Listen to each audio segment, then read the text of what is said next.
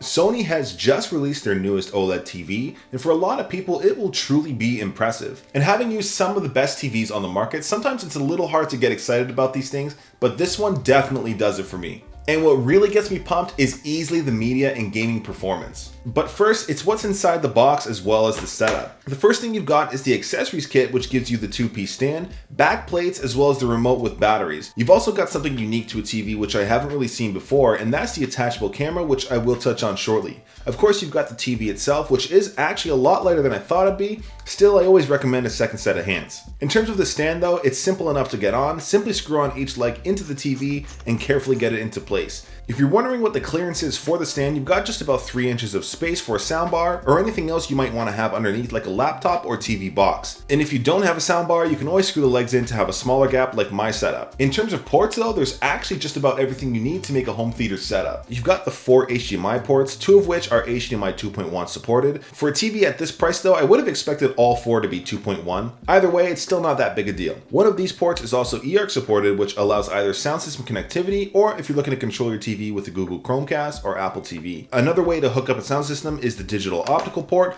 alongside 2 USB-A ports, which will cover you for any media you'd want to watch through USB. You also have a negative and positive input for a center speaker alongside an RS-232 port for powered accessories. Now in terms of how this TV looks in my space, it's one of the nicest TVs I've seen, although most of them are really just starting to look alike at this point. The edges are a nice brushed metal and the back end is a textured plastic. While I'm not the biggest fan of how the back end looks, you're not really going to see it, and overall it's put together really well. The display itself is also wildly thin thanks to being an OLED display, and there's almost no bezel from edge to edge. There's also these rear firing speaker grills, but spoiler, these speakers are absolutely amazing. For the digital setup, honestly, it's just about the same as any other TV. This is a Google TV setup, so you mostly do the setup through another device like a phone or a tablet by signing into your Google account. It carries over just about all your other details alongside any known Google Voice profiles. I do recommend updating your TV out of box as well to make sure you're getting the full set of available features. There are some features for this TV that aren't available on launch, and they will be coming at a later date, so be sure to update. I'll talk about the other settings in a bit, but straight up out of box, I can't stress it enough, enable HDR10. I'd say the standard brightness is about 50% what it could be unless you manually enable HDR10. Other than that, another setting not enabled automatically is VRR, so definitely make sure that's on as well. I'm not sure why a TV like this wouldn't have those on by default, but it's something to keep in mind. Now, a TV like this is definitely going to be used for media by a lot of people, but for myself, it definitely comes down to gaming. I've been spending a lot of time on my PlayStation 5 playing a whole range of games like FPSs, RPGs, and racing. For this TV though, I can say without a doubt this is the best looking TV I've ever used. And I know I've said that about other TVs in the past, but the bar literally does keep moving forward. This is a QD OLED display, so it actually gets heaps brighter than a traditional OLED.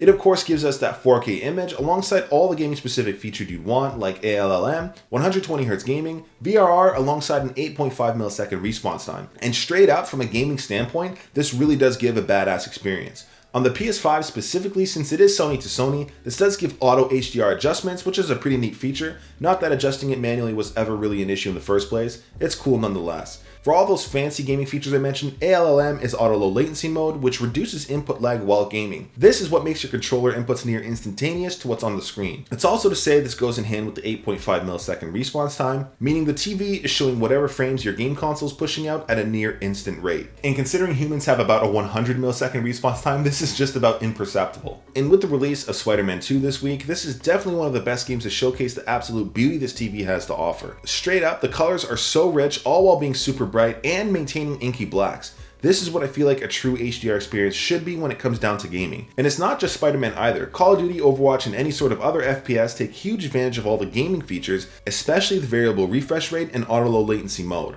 And even though I'm constantly getting wrecked and being awful at games, it's no less fun on a TV like this. From an HDR standpoint too, I find this so much more noticeable in games like Cyberpunk 2077 and Spider-Man 2. Truly, this is a 10 out of 10 HDR experience. Now, it might sound a little fanboyish and sensational, but legitimately and honestly, this has been my favorite TV and game experience. And if I'm moving over to my Xbox Series X, this is where I play most of my racing games, naturally because of Game Pass. Both of the recent Forzas have been my go-to chill game, and these really do look awesome. And new to this TV for Sony is their gaming menu, which gives you all the info you'd want, such as your frame rate, or even your black levels if you're an FPS sweatlord. There's also crosshairs if you do need them. I'm a big fan of this when playing FPS games, of course. In the settings, you can actually swap the picture mode between standard, game, and PC, and within all of that, you can customize each profile. And a feature I was actually looking forward to using is the dual display feature, although that's not available at launch, unfortunately. Just another reason to update your system when that feature does come. It's just one of those cool things if you're trying to watch a guide while gaming at the same time, or even if you just want to watch two things side by side. And sound will work from both sources apparently, so that's a cool feature I'm looking forward to checking out. And really, when it comes down to media, this is actually going to be one of the best TV sets for 2023 and definitely going into 2024.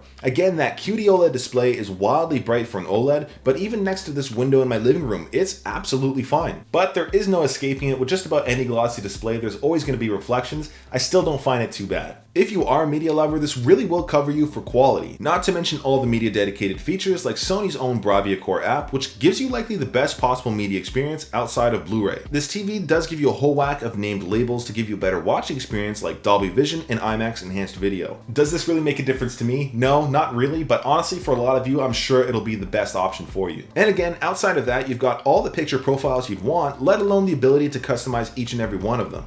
For me, I really enjoy the cinema profile right out of box. And again, talking about this being an OLED display, I can't say it's any better than a mini LED. I think that comes down to your personal preference, whether you prefer the richness of OLED or the brightness of mini LED. And personally, I've always preferred OLED. They get plenty bright enough for myself. And between the literal blacks and infinite contrast ratio, just about anything looks good on here, especially any sort of animated content. But let me know in the comments, do you prefer the richness of OLED or the brightness of mini LED? And I can easily say what really caught me off guard was the quality of the speakers on this TV. My millennial brain literally can't understand that the speaker is in the screen. Like, I know there are these speaker vents on the back end, but truly they don't sound rear firing. What's nuts though is actually how good the speakers sound. It legitimately sounds like you have a smaller or budget level soundbar. And I know a YouTube video can't really do it justice, but here is a quick sound test.